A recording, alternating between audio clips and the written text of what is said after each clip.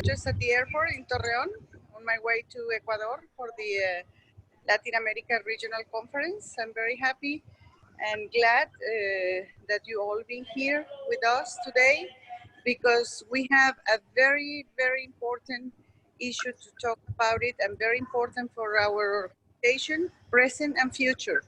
And the experts are Vicky, immediate past president of New Zealand, and Hellen Swales, current president of BPW New Zealand. As you know, New Zealand they are an example how to deal with matters at the Congress, especially in look for our rules and regulations. And I think that this is the most important thing that we have to thinking about. I always, in my conferences, I always put New Zealand as an example of the work they are doing since years ago about resolutions during the Congress. Thank you very much to all of you. I will stay here for a while. And thank you, Vicky, and thank you, Hellen, for accepting be with us today. Bye-bye. So I'm going to turn it over to Hellen and or Vicky, whoever is speaking first, or both together. Look, welcome everybody, and I just want to say thank you to both Yasmin and you, Anne, for giving BPW New Zealand the opportunity to be a part of what Yasmin has said is quite a special part of our Congress or even our annual conferences in our own country. It's humbling to hear that people elevate BPW New Zealand in such a way that they look to us as having a strength in resolution. So thank you for that. We have a long history in our country of women that have gone before us. So Vicky and I certainly feel the pressure on our shoulders when we go to Congress. So yeah, we do have a long history there. But look, we've put an exciting, what we hope is an exciting agenda for you. We've left enough time for questions and answers afterwards, and we hope that you engage with us on that because we're very open to sharing what it is that we want. So I'm going to kick things off with what does success look like? And when we talk about success, it's looking at what I want to do is give you some examples of policy and how you build resolutions both in your own country and then you take them internationally.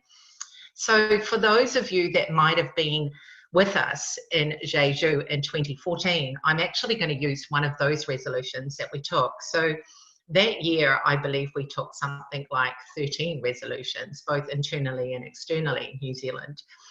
And we were wonderfully supported by our BPW sisters in Australia. So the particular resolution, and we're very lucky that the powers that be saw the importance of actually keeping this resolution in its uniqueness. So an introduced problem to New Zealand was forced marriages. And it's because we've gone from a mono, bi and multicultural society that it's an introduced problem to us. So one of our clubs, which is just outside of Metro Auckland, saw that there was a forced marriage issue and they discussed it at their club level. And then what they did was, after they had discussed it at their club level, they decided to form a resolution and bring it to the AGM. So they did that, and thankfully they'd done the right research that it was passed at our AGM conference. And then what we did was, it was in time for us to actually take it to Jeju. So we took our resolution to Jeju, and that resolution was looking at forced marriages. But at the same time, Nigeria had taken a resolution around child brides. And there was a thought that maybe those two resolutions should be amalgamated in some way, or one should be a subset of the other. But thankfully, they saw that they were actually two identical or two separate issues that needed to be put on the floor in their own right, and that they stood up. So what we did was we actually did that, and we worked with Nigeria to actually get a good result in that that we had taken something that we had identified in our local community, we'd then taken it to our national conference, and then from there we had taken it to international. But the bonus for us was then, that happened in May of 2014, but the bonus for us was then in November of that year in 2014, it was picked up by BPW International and it was taken to the United Nations, where it was accepted. So that is such a huge win for us as BPW. And it just reinforces how important grassroots issues are and how you can elevate them right through to the international level. So that's just one example, and that I'd like to place with you, that it came all the way through the process. And it was really exciting to come back to New Zealand and give them the feedback that we'd done that. But even a more euphoric feeling was when we knew that it was picked up by the United Nations. So we are indebted to our international sisters who do that. So then once you've got what does success look like, that certainly does feed you from there. And then the next thing is, what do resolutions need to be about? So that was one issue that we saw that was an introduced problem to us. But then you have resolutions that are internal, which is talking about maybe your policies on financial policies, your procedure manual, or your constitution. So those are what we call internal policies, and the same thing happens. So we mirror what happens at international and local level, and that way it actually gives our membership a really good grounding right at the very beginning of how the processes happen locally, and then that's not an unusual system when they get to international or Congress. They're not in awe of the process. And then we have what we call external resolutions. So once again, we took to Jeju a number of internal resolutions that we wanted to table there, as well as external ones. And some of the internal ones could be things like resolutions where you want to maybe have some certain documentation accessible at a certain period of time. And that was one of the resolutions that we took to Jeju. And the wording of it was actually, what would we do? The procedure manual and the voting on the amendments. So that was one of the ones that we took there to international. It referred to one of our procedure manuals, one of our founding documents. And we were successful that we got a country or a federation, as in Australia, who knew enough about our documents that was able to support us when we put it on the table. But then, so those are probably the unsexy resolutions that you do and that you take to international, but they're important. So it's really important that you get it right. So you look at those. So any amendments need to be in sympathy with what's there, and you have to have a really good reason why you want to change things. And those are the hardest ones to get over the line. So you really have to do your homework. It's not a given. Then you've got the external ones, and those are the ones that actually reach or hit the core of people's emotions, I suppose, for want of another word. And what we do with the external ones is locally, there might be some issues there, and one that immediately comes to mind is a resolution that we may bring to Congress, was a local community identified that taking drugs across the counter was something that was too easily done, and that the labelling on those drugs wasn't identified enough, that there was a particular issue with a drug that was easily purchased across the counter, that actually if you had a certain heart condition, you ended up by ending up in hospital, and it had quite a severe impact on your health. So one of the clubs brought that to conference and argued that actually the labelling on across-the-counter drugs needed to be better specified.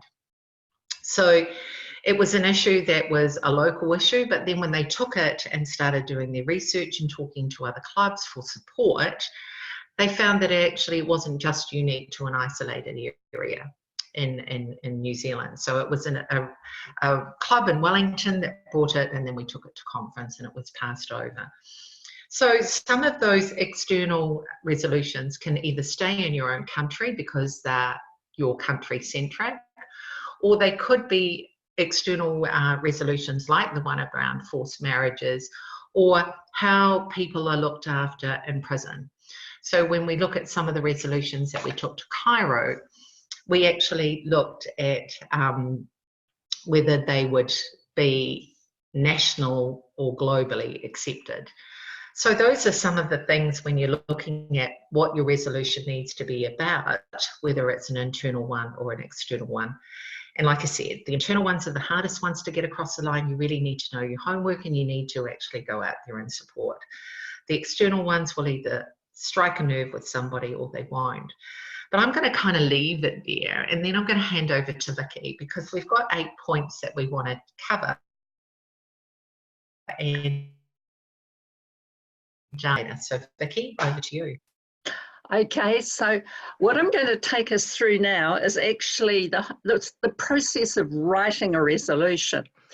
And I can't stress enough what Helen said, that in some ways we have that practice going for our own conferences and our own AGMs in New Zealand.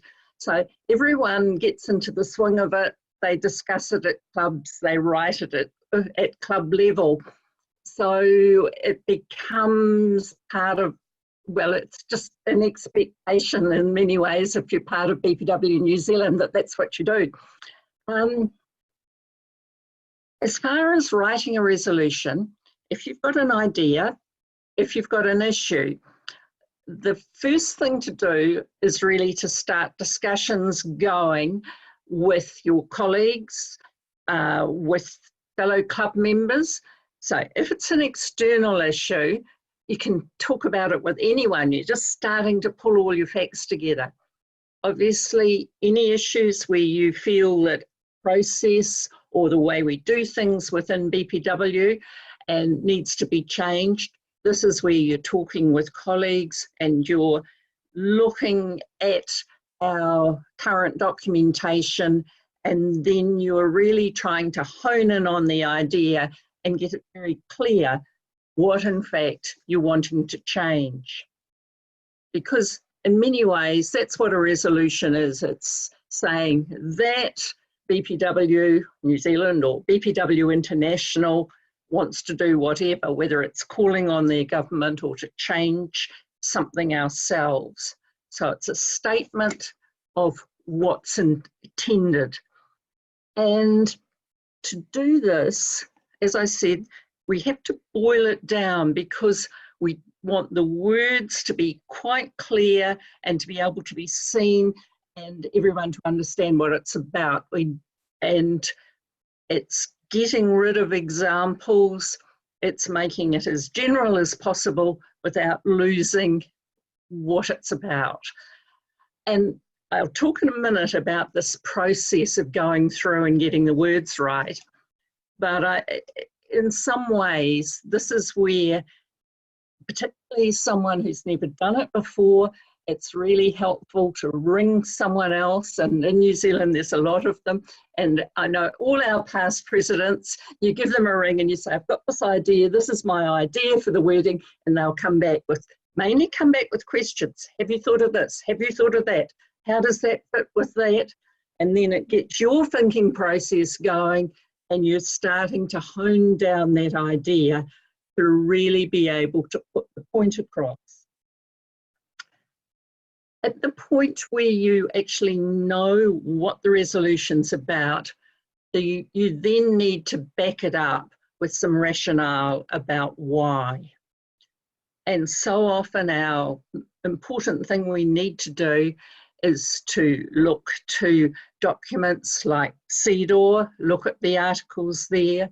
We may want to talk about it in respect of one of the Sustainable Development Goals and how that fits in, or the principles of the Women's Empowerment Principles. So you're sort of putting down all these things, or it may be other UN conventions that your country has signed up for and ratified, and so you can use that as a lever, you know, that our government should do something or other, because if we've signed this, let's get on with it. So you're just trying to put all that together, and it's often very helpful to be able to keep it in a short space, but put URLs into that rationale, so that because they are read beforehand, the process we have is to send resolutions out. So that gives the entree to someone to understand the background. So in New Zealand, we flesh this out, and we also insist that it comes from your club, because we don't want it just to be my own personal harebrained idea. It's got to be something that I have actually discussed with other people, got them on board, and then it goes through to our national conference as something from a club. And the templates that New Zealand used, I've sent to Anne, and if anyone wants them and wants to look at it, you're very welcome to do that. So basically, we have a timeline. I'm sort of moving on now to a little bit about the process of guiding them through a resolution. And my role, it has been for the last couple of years, I'm resolutions chair for New Zealand, and I put a committee together of 6 or 7 people, and all our resolutions have to come in 1st of December, and then we normally don't have our conference till April, May. So there's quite a time gap involved here, but it means that we can then look at those resolutions, say, does it duplicate something? Or if it's something about a constitutional procedural manual, is it in fact correct? Is the clauses there wanting amended? Is it in fact something we can do? All those sort of issues. So we go over them with a fine tooth comb and then go back to the people who've moved it, acknowledging the amount of work that's been put in and trying to help them to get something that is much more concise if possible, and also quite clear in the process. So the whole, we go through that and ask and check with the mover and the seconder if they're happy. Then we send it out to our clubs and ask them. And so there's a whole process of checking. And those guidelines of what we do in New Zealand, again, are something we are very happy to share and can be sent out to you. And also our timeline of how we go through the process. The other part of the process I think is really important is that we have a meeting just before our conference, at least an hour, sometimes an hour and a half, and work out any issues, because that way we hope to have a much clearer and careful things going through on the conference floor. And as you can hear from the sound of it, we've got so many passionate women who want to do so much that part of our trouble is, how do we get all our resolutions into the timeline? And we want to give people the opportunity to debate them, but we don't, we want to clear up as much as we can beforehand. And in fact, we're now doing email voting of anything to do with our procedure manual in the month before. We've agreed that, and we may even take some other internal ones out. Our constitution and our finance policy always have to go through at conference and need a 66% approval rate to go through. Whether our external ones are the ones we all enjoy about our advocacy, they're at 50%. But we're trying to get some of the others out of the way. We need them to be done, and we want them discussed at clubs, but not necessarily at conference. So how to discuss them is what Helen is going to do now, about as far as presenting a resolution, how to go about it. Thanks, Vicky. And you can see that there are lots of checks in place, and it's basically to make sure that the action point that we want out of it is actually quite focused.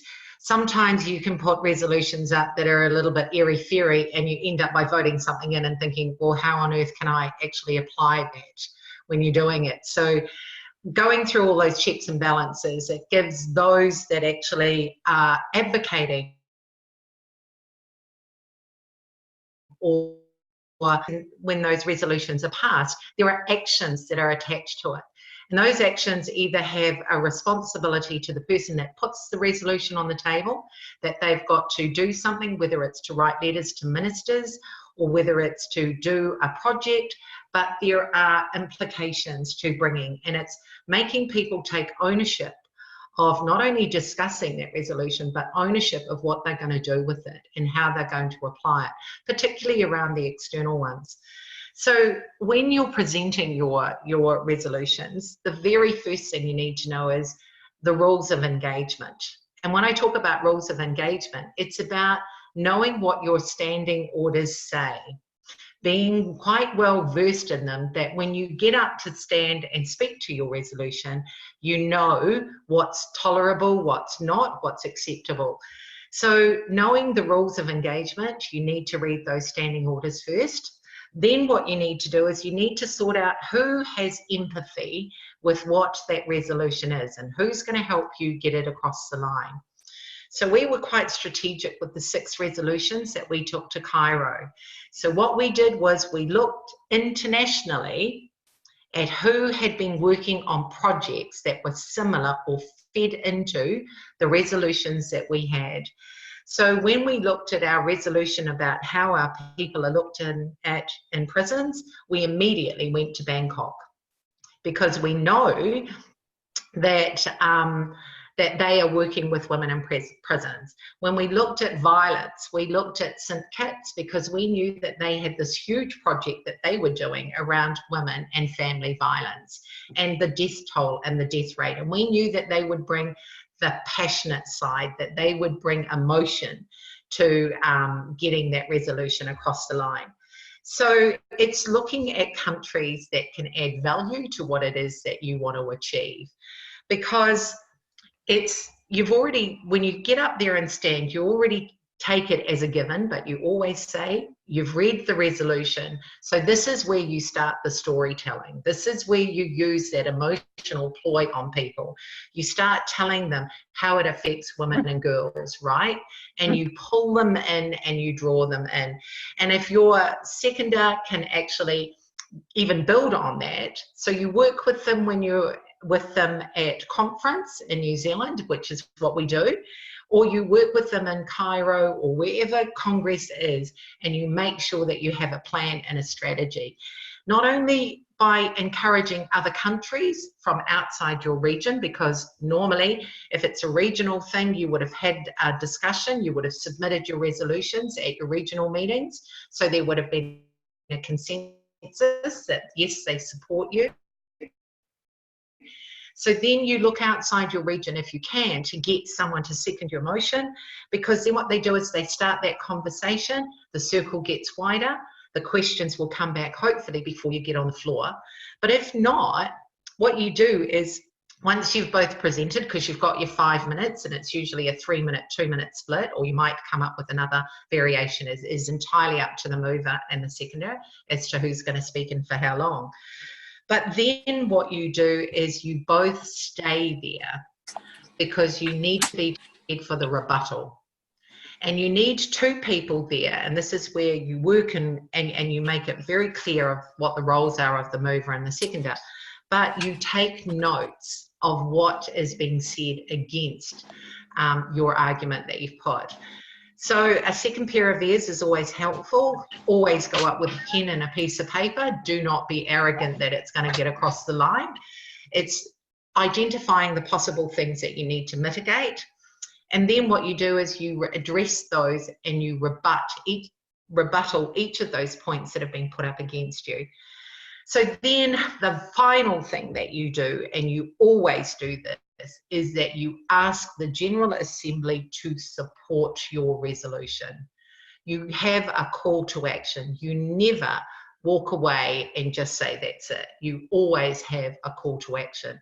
We do that whenever we're in front of a select committee in government, and we do it when we're in our own AGM, and we also do it when we're at Congress, because you need to pull people's attention back to what the issue is and what it is that you need to do. It also puts you in good stead when you go to the United Nations and you stand in front and you give the opportunity. But timing is really important. You stick to the limit, which is 3 minutes. Otherwise, you get cut off.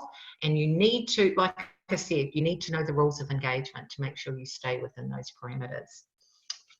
So that's presenting a resolution and making sure you get your homework, because I'm sure you all know New Zealand doesn't like to lose. So we like to make sure that we do our homework. Right, so I'm going to hand back to Vicky, and she's going to talk to you about, once you've got it across the line, what are you going to do with it and how are you going to use it? Right. So what I want to start first of all with is when you do resolutions within your own federation, in your own country. And so for New Zealand, we've got our own policy manual.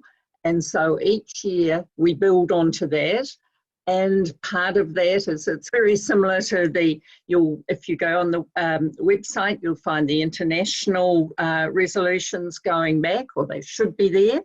And they're under particular headings. So we do a very similar thing. Once a resolution has passed at conference, we then build it into our policy so it's ready to use.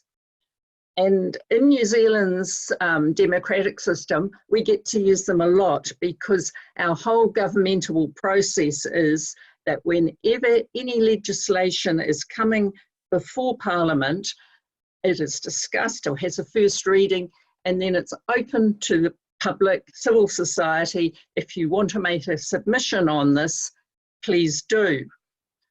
And as BPW women, if we were wanting to put our own individual point of view, we can do that as an individual, but it won't have much strength.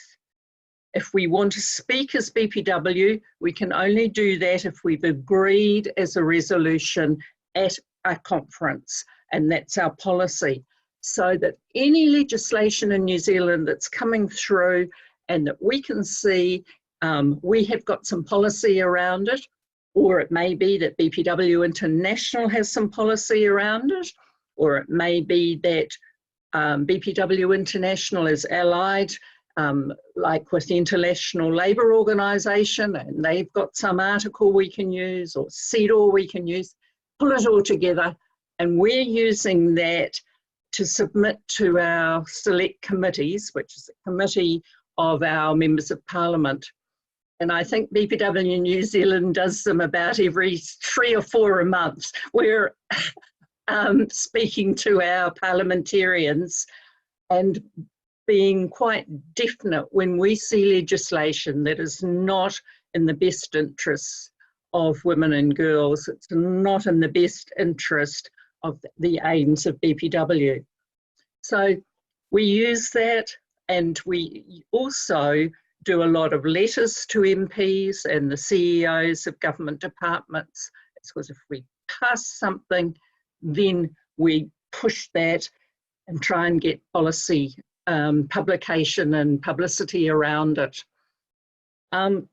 It is, I mean, it's so satisfying. I know when we had a bill about 0 hours, and we were very concerned about employment in New Zealand, and how many people were their lives were actually curtailed by the fact they were waiting for the phone to ring to be able to get employment. And that was one of the bills we had a lot of success on and got changed. And you start to see, actually, we can make a difference, but it's using our collective strength, and it's having a structure to go through. And this is what, on an international level, putting together some of these so that our UN representatives can use them is very important. And also that each federation can take back to their own country and work on them there. With internal resolutions, it's then an expectation if something has changed. Like in New Zealand, there's an utter expectation that our New Zealand executive then puts that into place and acts on it. And we know we get called up and yelled at if we don't do what has been agreed at conference. We are held to account, very, very much so. And that process is but it's because it has been documented, because it has been through and it's become new policy or a new part of our procedure manual, then the expectation and the questions can be handled factually, looked at, has this been done? So it makes a huge difference. I'm just going to go back to Helen now about building expertise and how we go about mentoring people to get into this frame. Helen, if I can just jump in for a moment. You've seen Yasmin's. Yasmin, on to you. Okay, thank you. Just 3 minutes to take off, but I want to ask you a question. I think that it's important to follow up, because many times we place excellent resolutions, but at the end, it's no follow up at all. So how do you feel about it? And the second is, I don't know if you talk about it, but make sure before you place a resolution that it was not presented in previous congresses. So we need to read the previous ones to be sure that it was not refused. As happened, for example, 3 years ago, that I hear that the young BPWs were talking about a place of resolution to put the 40 years, the top, to the young BPW. And I said, that resolution will not pass because it was already discussed in Canada in 1999. So this is my concern, and the question for you. We usually send the reports, the annual reports, and we place all the resolutions that pass during the Congress, asking if they follow, and if it's yes, in which way. But I don't know actually how this is going. Thank you. I'll answer this and then I'll go on to the next one. So Yasmin, thank you so much for that question, and it's something that has concerned BPW New Zealand for a wee while. So after Cairo and after we got the resolutions report, we were very proactive, and we may have not followed process, but we haven't been wrapped over the knuckles as yet.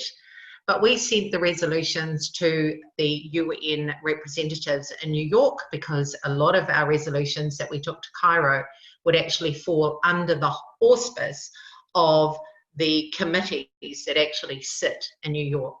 So once again, it's taking it to, or knowing or being aware of where possibly your resolutions can go.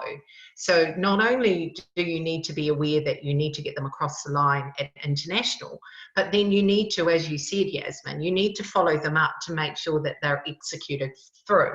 So we know BPW New Zealand, after Jeju, with our internal resolutions around access to information on the website, we followed that through and chased it up. And it took us a wee while to do it, but we got it there and the information is available. I think it's the responsibility of those of us that are more aware of the process and the system.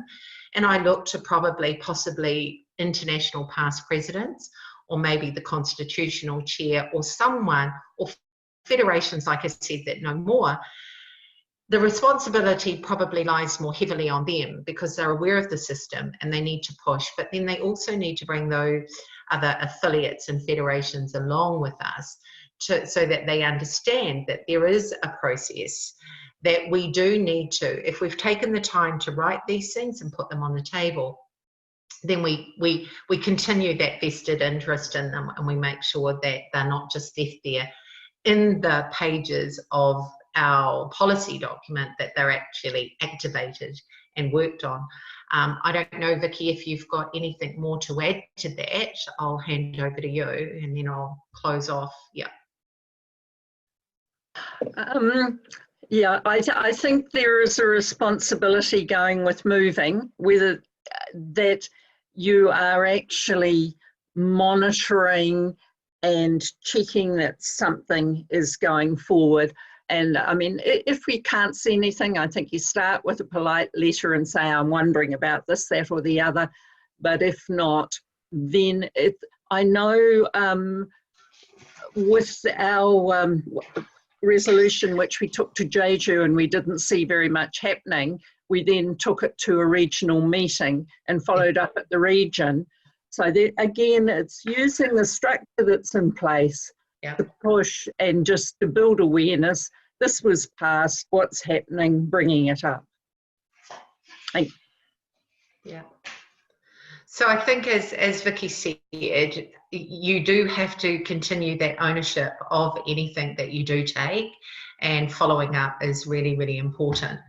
So I'm going to kind of now move on to our next one, and it's kind of building expertise in your federations and your clubs. So what we have is to use the language that has been introduced at International. We have named it the Issues Task Force, and we have a chair. So in our structure, very similar to what happens at International, we don't have a VP UN, but we have a VP Issues along with our VP membership. And under our VP Issues, she has a task force and a task force chair. Now, in our policy document, we break it down into education, health, the sustainable development goals, but there are areas, employment, that we have. And what we've done over time is that we've built up experts in those areas and fields. And they all are connected through Zoom. They also have a closed Facebook page. And what we do is we encourage that there is a issues expert in each club.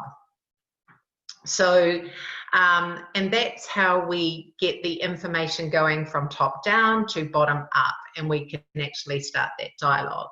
So once we've talked and to the clubs and we've got that framework in place, which is something that we have in place at the moment, it's about then getting that information out there and mentoring these people. And when you're mentoring them, you're also doing your succession planning, coming onto your national executive, because you're involving people. They're also becoming aware not only of your own staple documents like your policy, your financial, your constitution, but through their research, they're also getting to know all of our international documents. And that's why we come to International standing quite firmly and quite knowledgeable about those documents, because we're having to research them. Also, as Vicky said, we are also very aware of BPW international partnerships, like with the ILL, part with the UN Global Compact. So we've just finished doing our report, Vicky has, to the UN Global Compact. And that's because we're able to collect all that information. So we hold a repository, and having a structure like a task force, and we mentor them. And because we want to take out the Advocacy Award again in Orlando, just putting you on notice here, Liz, we want to take it out a third time, back to back. But it's having all that documentation and you have that process. So people then get enthused, they get to become an animate of our organisation, because they understand the aims, the objectives of our organisation at grassroots, at national, and then international. So building those expertise, and we also involve the young BPWs in this as well. So our task force chair is a young BPW who disseminates that information. And like I said, it's the mentoring, it's getting the diversity of thought of what's happening out in our community. But it also builds that expertise, and some of the things that we talk about, the expertise that they learn, we've got a thing called the Keys to Achievement, where they're achieving goals, they're preparing them for governance roles, they're preparing them for on boards. So there are so many different benefits of having this task force framework that we have and this expertise and the mentoring and the way we do things. So what I'm now going to go on is, so we've got the structure, it works really, really well. We've got the checks and balances in place, but then what we do is we then look to Congress. So now that we've got a date for Congress, which is the 22nd, it starts on the 22nd of August, we're all gung-ho in New Zealand at looking at the resolutions that we're going to take to Congress, both internal and external. And it's about knowing that timeline. And because we're so focused on the aims of BPW, empowering women and getting a better deal for them, we're looking at those timelines and we're starting to have those conversations at a national level, as I said. So what are the resolutions that we have passed in the past 3 years that will apply to a global lens? And how do we put those together? We have the ability or the flexibility to slightly change the wording of them, provided we don't lose the essence, so that they meet the template that is sent out from Congress. So it's knowing when that template is going to be sent out by the Executive Secretary. It's making sure that you've already got your list there, because we know that it can take a wee while to do the research. Most of our resolutions have already been researched. We've already gone overseas and we've looked at what articles of international treaties that we've got and conventions, and we've tied that in. But it's making sure that we meet that deadline. So we look at what's happening internationally, whether it's to do with our internal policies that we might want to change or advocate for change. And we also look at any external policies that will be quite global. So we're in a waiting game now, waiting for those documents to be sent out by our Executive Secretary, Bessie, and we will start looking at those resolutions that we want to take to the floor to be discussed and debated at Florida. So I see that I've got people there from Japan. I see I've got Canada there, Australia, and a few other countries. Nepal. I'm hoping that you're all thinking about taking resolutions to Congress in Orlando. We would be only too happy to second any resolutions that you've got on there, or to work with you to help you write them, or to be your seconder and support whatever it is that you have. We are so open to all of those things. I know that our past President Antoinette has asked BPW New Zealand to assist her with some of the writing of her resolutions that she would like to take to Orlando. So we're very, very open to helping and assisting. And I think that's it. Vicky, did you want to add something more?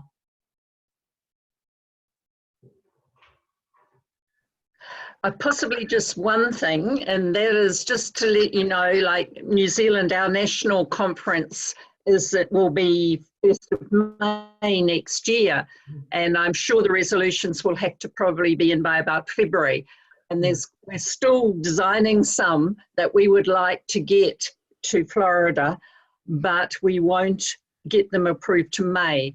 So just to let you know, something we have done before is we have sent in resolutions to the resolution chair for the Congress, and we have said that they are waiting confirmation of getting approved at our own conference, and if they are not, we will withdraw them. And that process has worked, and so it's a matter of working with the timeline. And if you haven't got your federation or your club's approval yet, as long as you have a process in place and the resolution chair for Congress understands it, then it can be withdrawn, that's fine. I'd also just bring up the other point, that's because we've been talking about successful resolutions. Yeah. Not all resolutions are. And sometimes they don't get across the line. We've had some like that, but it's been a huge awareness and a learning process about a topic, often one that's a bit controversial, and it means that people can go away, think about it. And as we've got a rule in our procedure manual in New Zealand that you can't bring the same resolution back. but you could tackle it another way. And it's not, you don't only learn from your successes, you learn a whole lot from ones that you don't do well, or if you've realised that other people held different views and you hadn't really taken into account, you hadn't done that collaboration, you hadn't done the discussion beforehand. And successful resolutions are about pulling different ideas together, making sure that a lot of people are with you to start with. So it's that networking that actually drives success too. So just to add to what Vicky has said, when you're mentoring someone and you've got a resolution on the floor and you don't think it's going to get across the line, and as Vicky said, we've got a policy that says if it's defeated, you cannot bring it back for 2 years. So if you're smart enough and you read the writing on the wall, you lay it on the table or you withdraw it, because you know you haven't done your homework. And once again, it's knowing your standing orders and the political rules around the engagement of it. So, you know, you just need to be astute, you need to be reading what's happening, and you need to be proactive, particularly if it's something that you're passionate about and you don't want to wait 2 years because you've just got it wrong. So yeah, that's it. That's the politicalness. Yeah. So that's our presentation. Yeah. Great. So thank you so much, Helen and Vicky, and well, to all of BPW New Zealand, of course, because you bring with you the strength of your federation, and we all know you're experts. Every time I'm at Congress or a conference, one of the first things I end up saying is we always know when New Zealand is in the house, because they're keeping all of us on our toes. So we're going to open up the floor now to anybody with questions. So if you do, just jump right in. You'll have to unmute yourselves again. Actually, I'll just unmute everyone at a clip. There you are. You're all in. So anyone who wants to jump in with a question, please go ahead. This is that, you know, Helen, we did see, the UN reps in New York City did see the resolutions that were passed, that you had offered up in Cairo, and I want to thank both of you for this great presentation. But I'm also interested in figuring out the question that Yasmin has, which is these resolutions get passed at every Congress, but what's the accountability of making sure that on the executive level, including the executive board, that something happens with resolutions? That's my first question. And my second question is, I don't want to get into a whole discussion about Congress coming up in Orlando, but the membership on specific date for this Congress. And now, all of a sudden, the Congress is shortened. So I'm not quite sure, how does that work? Do we need to put in a resolution?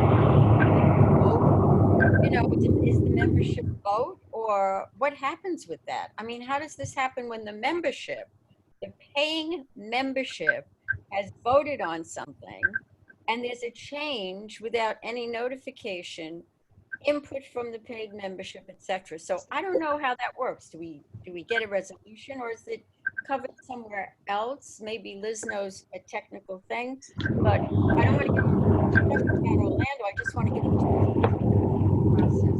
You know, how do we hold the executive board accountable to the membership is basically what I'm asking once we voted on something.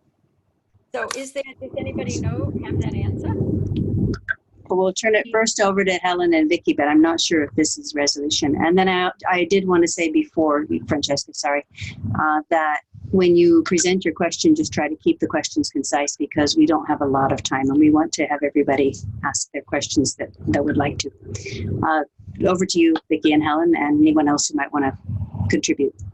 I just want to be really, really concise. And yes, a resolution needs to be done. Yes, as the membership, we need to be accountable. Yes, we need to educate our members what our pillar documents are. And I think that's probably the essence of the issue here, Francesca, is that not enough people are aware of our documentation, and not enough people are strong enough to actually call things out when they see them. And this is where we need to Well, remember that if we do it in the right manner, which is what Vicky has said, provided you do it within the framework that you have and you call on the rules that are there and you do it properly, then it's not confrontational. But if that doesn't happen, then you have tools within our constitution and procedure manual to do it. But I don't see, there are very few people who are well versed to do that. And when they are well versed and they do research, then the rest of the people need to show their support. Otherwise, you are just a solo person taking people on. But education is the most important thing, and that's one thing I do not see in this international exec. I see us building our membership hugely, but I do not see the information flow of our constitution, our procedure manual, all of our pillar documents. I do not see that understanding being sent out there. Vicky, do you have anything to add? Or Liz? So I would just support what you've said, Helen, and leave it at that. Yeah. Okay, thank you both.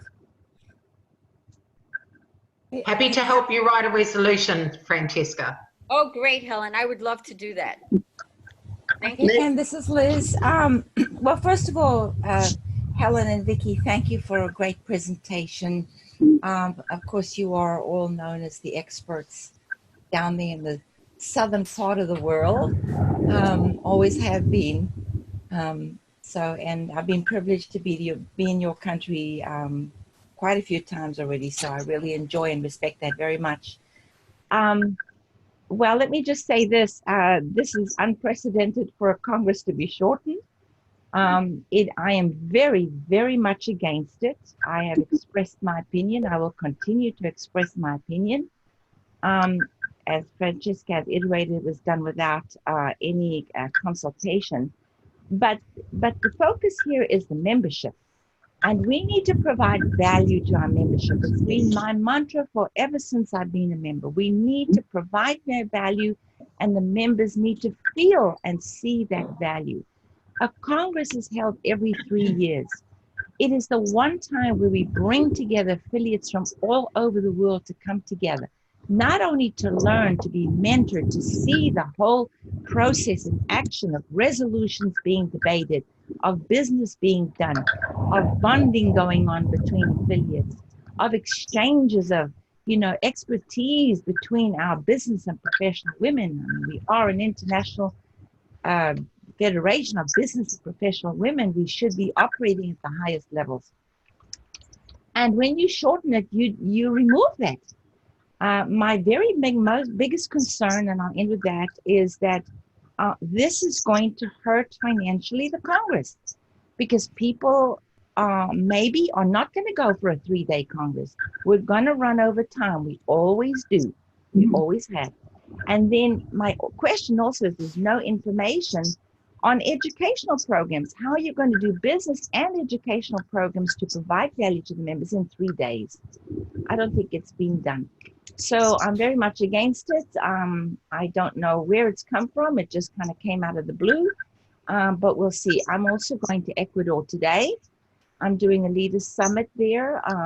Thank goodness. Our regional coordinator from Latin America has followed the resolutions passed in Cairo, which said we should have a leaders summit at every regional conference to educate and help and mentor our membership.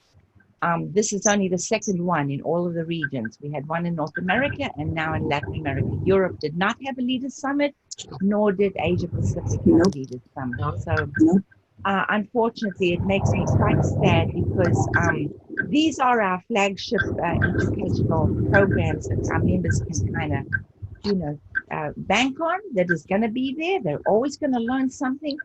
Because I go back to Helen's original statement in saying that, our members are not well versed in our organization. They're not versed in our protocols. They're not versed in our governance. And we need to focus on that, because if we don't have rules and regulations, then the thing falls apart. We know that.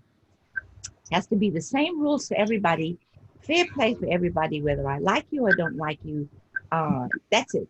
All the rules apply, and that's how we build a very strong organization. So I will find out more when I'm in Ecuador what's going to happen, but I'm very, very disappointed that this has been done. And we will be putting forward some resolutions, and thank you, Helen and Vicky. The USA will be coming to you to look at some support. We're going to be putting a lot of business stuff in there, so I don't know how we're going to get through this in 3 days, because there's a lot of upset people around the world, so we'll see. I would suggest that's why it's been shortened to 3 days, but that's another conversation. Oh, well, I don't know. Yes, you may be right about that. Joe, you wanted to jump in. Yeah, I really appreciated this series of talks because I think it continues the connectivity. I've certainly learned an awful lot, especially today with resolutions. And I think we do need to see this more, not only on an international, but perhaps even on a European level, so that we can build. And I know that I've really tried to push them in the UK, but I can't seem to get the message over. I've never had any resolution training, and I know that Sylvia is someone that I could go to if I needed help, but it's certainly not something a little member like me can do on her own, and that's why these training sessions are really good. So like Liz said, you know, we have to get our ducks in a row, we have to get the training, because we won't keep the people. We won't have the subs on the bench. Yeah. We have time for 1 or possibly 2 more questions. Who has a burning question or statement?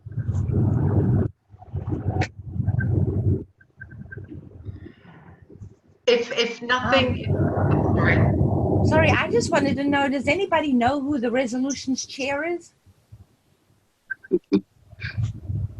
no. No. Well, we're getting kind of close to the wire, so you know, I don't know. We don't know who's been appointed. Okay, food for thought. Yes, we have one person with us who's on that board. Nilima, do you know? Am I right?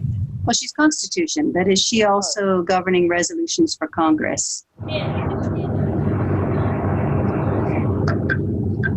hear you. Sorry. Oh, that's better. I didn't hear what you said. Sorry. Hi. Hi. There's one question that I wanted to ask. Last time in Cairo, when there were so many resolutions that were put up, you know, and I was like, okay, from New Zealand especially, and I was like, why is there so many resolutions? And in the last 2 years, what I have learned is there are so many things that we need to, you know, speak up. And it's nice to see that at least some countries taking an initiative to come up with, you know, resolutions, which is very important part of this whole BPWN. One thing I wanted to ask is if there is a resolution that I want to make, you know, I want to put up, and if, let's say, my club or my country or my federation doesn't approve of it, how is it possible for me to, you know, put that resolution through another country? Is there a way in which we can do it? Especially to Hellen and Vicky, maybe. Do you want to answer this one? Yes, because I don't know about it. So, Nalima, if your country isn't supporting it or doesn't want to support it, then what you look at is very much like what we did. Look at other countries that have similar issues and have that conversation with them. So we have individual members that need to get a certain percentage before they can put a resolution on the floor, because our individual members scattered. So if they can't get the number there, then we look at an aligning club, and maybe for you an aligning country that can actually help put that wording through for you, and you work together there on an issue. And I would say, is because as resolutions chair for New Zealand, occasionally we have someone who's put the idea up but didn't meet the criteria to be able to move it, and ended up being a seconder. But then I have asked on behalf of them the leave of our assembly whether the seconder could speak in place of the mover. And as long as agreement came through, we've been able to do that. So there is some flexibility if the resolutions chair can pick up and get agreement from the Assembly. So it may be that you've just got to work with it, but you may well end up being able to speak to it. Yeah. Thank you. Okay, I want to jump in here and be mindful of our time. Thank you again and so much to President Hellen and immediate past President Vicky of BPW New Zealand. We really appreciate not only your time, but especially your expertise. And I imagine at least everyone here, and maybe many more, will be contacting you. I will be sending, including me, I will be sending out to all of you, plus everyone else who signed up but couldn't make it, the templates that Vicky has sent to me to share with you. And I think that will also give you more information to work with. I want to mention that, as always, this will be online. It will take a few days of editing, but soon it will be online and be announced, tonight's recorded session. And that the next session next month is in fact Lisbonum. So this is always on the second Wednesday, same time. So that's a given, but will also be posted. Liz will be speaking to us on another very, very timely topic, which is ethical leadership in organizations. And I'm assuming that will also include what to do when ethical lines are being crossed. So I'm sure it will. Liz, would you like to say anything about that yet? Are you still with us? I see you're muted. Yes, I'm here. And yes, thank you very much. No, nothing's on paper yet.